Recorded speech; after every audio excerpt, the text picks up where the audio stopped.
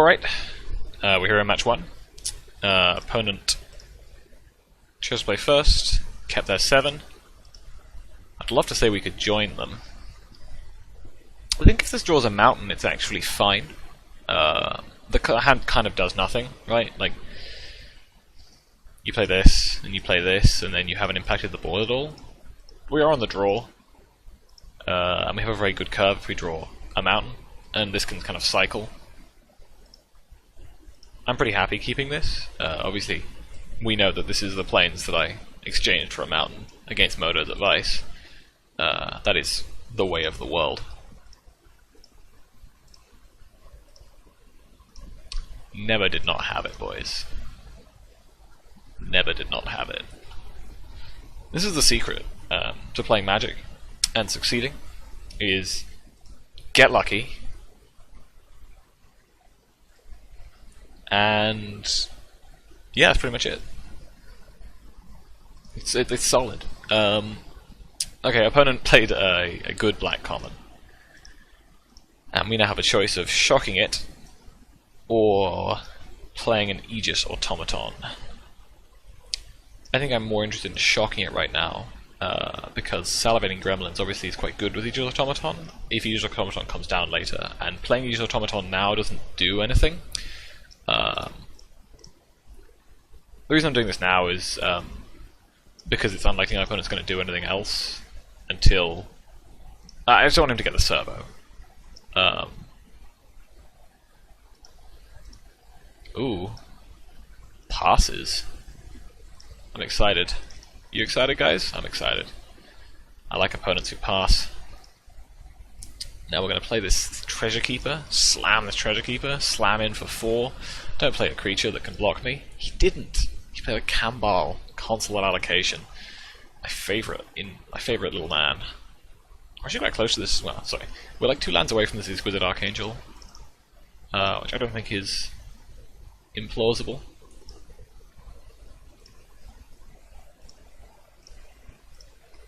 Slam in for 4. Even weak at the knees. Not quite. That was quite an impressive card most of the time. Well, I say that. He's kind of weird. Ooh. 3/6. How do I beat that? It's a good question. I guess I put a Court in the Brights on it. That's how I beat that. Yeah, I guess that's what I do. It kind of hurts. He gets his 2 life swing.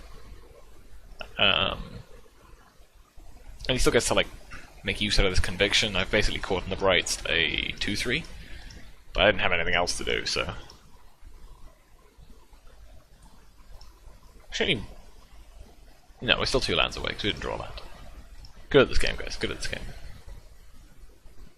If I was him, I would take the conviction off of this Campbell, unless he has like a decommission, which is a real possibility. But he only has 2 cards in hand. If he has a decommission, I don't think that, like, we can't beat a decommission in this scenario where beating a decommission involves like having involves the Court in the Brights. Like, obviously we can't beat that, or like it involves having to remove Campbell. Okay, cracking upkeep implies he has. It's so hard to get these in the draft. This is such a good card. You know how I was talking about how implements are really good? Because they're like these little cogs that allow so many of the synergy decks in the format to exist by being such low opportunity costs with such a high payoff. Okay. That is 100% okay, opponent. You are allowed to do that. I mean, now I'm sad because we could have had so much. We could have gone so far. And in the end, didn't even matter. We drew a land. What are the odds? She's gonna hold up Aegis Automaton, but I'm not that frightened about him killing this or this. I mean, this can't save itself anyway, right? And I'm much more interested in just putting more things on the board. Obviously the Campbell life swing not ideal. But sometimes you have to take 2 damage to make a 2/2 of stats. Okay, well now we have Exquisite Archangel if we need to, but I actually don't think I want to show it to him if I don't have to.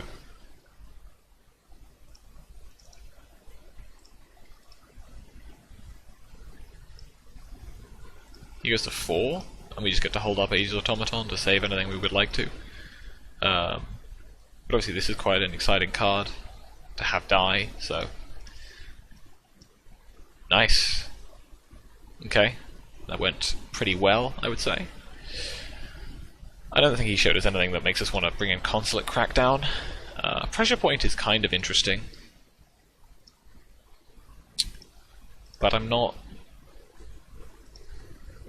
really interested in any of the cards that we have in our sideboard right now. I think I'm pretty happy running back that deck. That performed pretty well for me. This is pretty good. Again, we're on the draw. Again, we have this this curve of potential Salivating Gremlins into Treasure Keeper with like the backup of Salivating Gremlins into Aegis Automaton. If we don't draw land in the first 3 turns, you know, like if there's no land in the top 3 cards of our deck, then we're in trouble. But I don't think there's that many 6-card hands where if there's not a land in the top 3 cards of our deck, we're in trouble. I'm very happy keeping this against our opponent's 6, especially with Shock.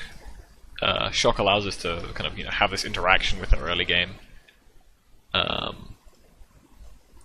that, obviously. Can't shock that. Goddess.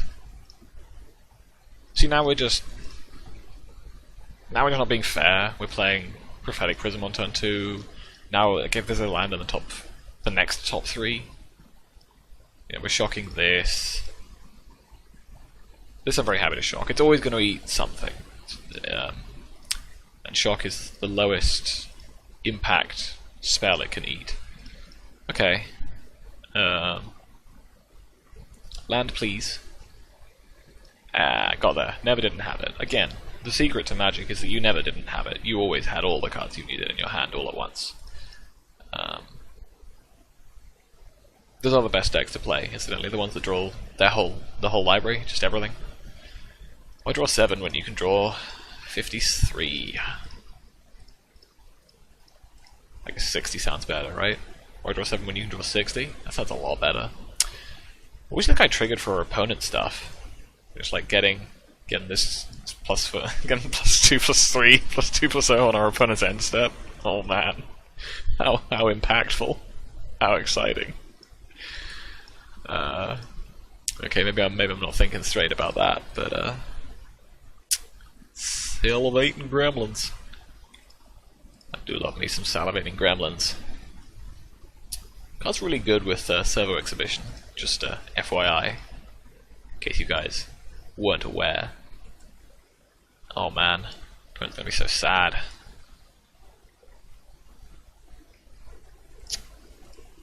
Gotta get out aggroed, gotta get in there for one opponent. Yep. I'm never sure how to feel about Hidden Stockpile. An enchantment that kind of makes a 1/1 and scries is kind of interesting, right? Like, you're kind of interested in that enchantment.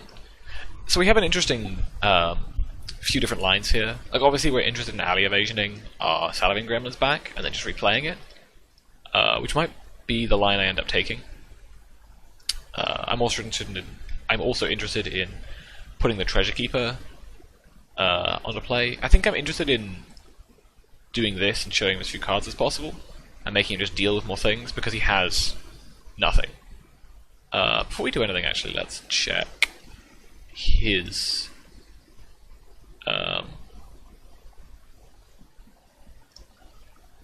he put a card on top, so he's drawing a card he wants, but he doesn't know that we are going to, bounce our Salivating Gremlins and replay it. So it's very possible that this card is now not a card he wants because it's aggressive and it's a board developing card when he wants to be defensive. Obviously, this is pretty good.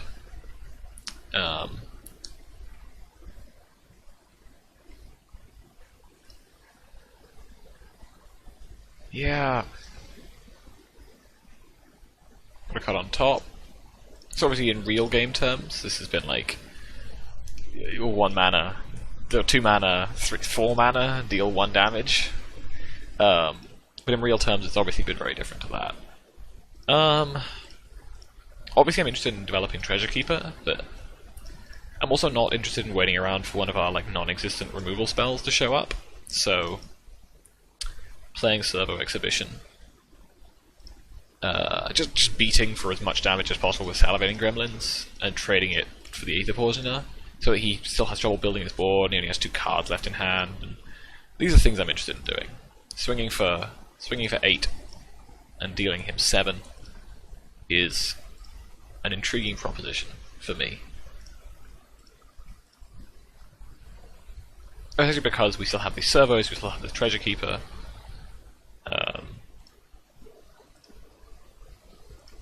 You know, he's at 13, and we have more cards in hand than him now. We didn't for a brief period in time. Foundry Screecher. Kind of interesting. I don't know how to think about you. I don't know what's got on top. He's drawn nothing but gas, nothing but cards he wants. Not sure if he actually wanted Founder's Creature. Not sure if he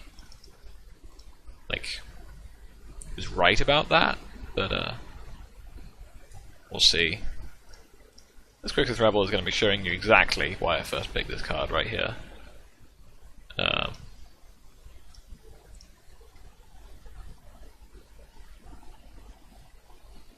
you'd probably sack this to scry one, except there's no point, obviously, because he put a card on top.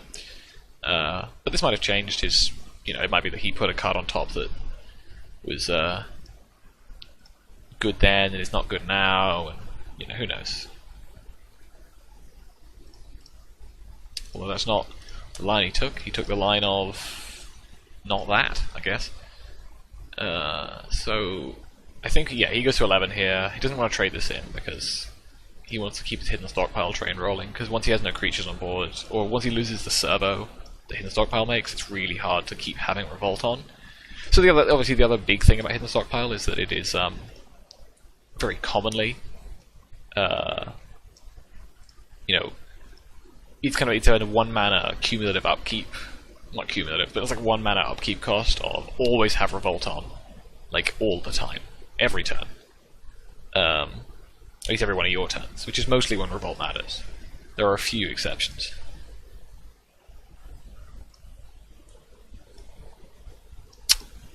So, things that I'm interested in doing mostly involve swinging with everything. What can our opponent have for 1 black? I think that the only thing I can think of is Fatal Push, which doesn't mess about with what we're doing very well.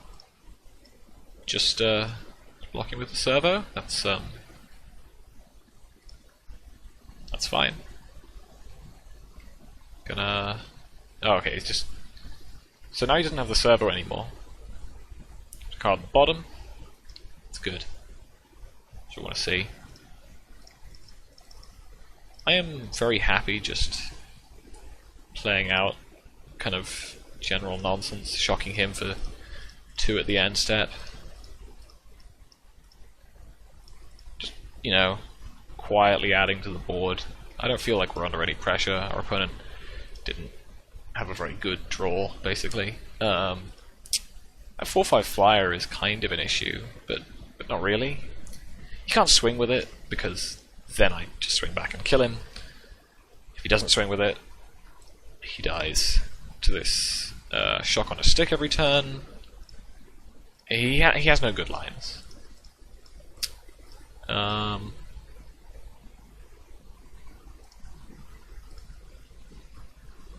And now we can put him in a situation where I think he's dead no matter what. Because we had this Destructive Tampering. I guess, this Build Smash. I guess we could have Destructive Tampering. But I don't really want to do the maths with his I think he gains 2 from that. He's still dead. We're still dealing 1, 2, 3, 4, 5, 6, 7, 8, 9, 10. Yeah, he'd still be dead from that. So maybe we messed up. I don't think we did though. 1, 2, 3, 4. So if this is 5, we can make it 8.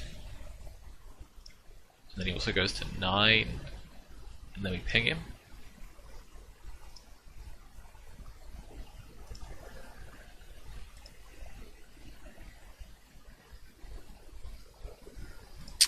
Oh.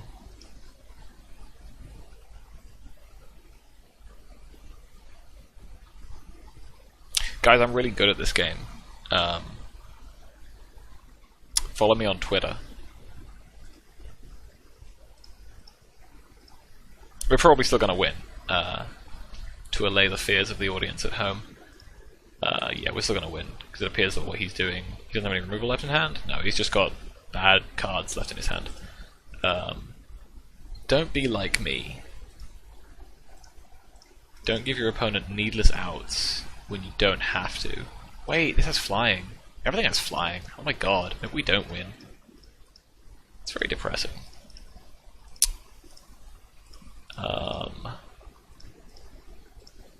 Oh wait, maybe we do. Or at least make it really hard for him to win.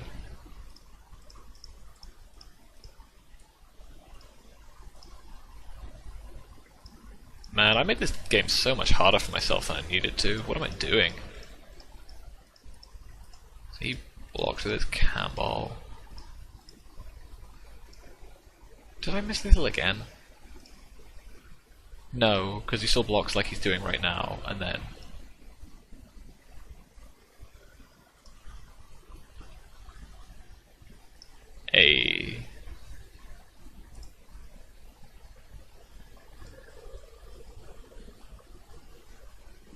Can't remove this one. So now he has to draw something really good. If I was him, I would be having a stop in my upkeep, and I'd be sacking this to hidden stockpile. Unless decommission was one of my outs, in which case I guess I think I would weigh up the options. It'd be really hard. Don't be like me, kids. Don't give your opponent, like, a series of needless outs when you don't have to.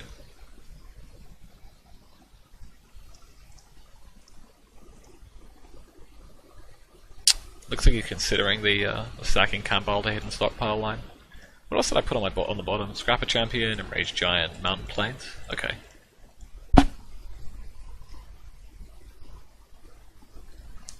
He drew a card. Drew a redraw with only white mana. Oh, and he gets a 1/1. These things are not irrelevant. Let's discard a card. I'll discard this Implement of Combustion. Thank you.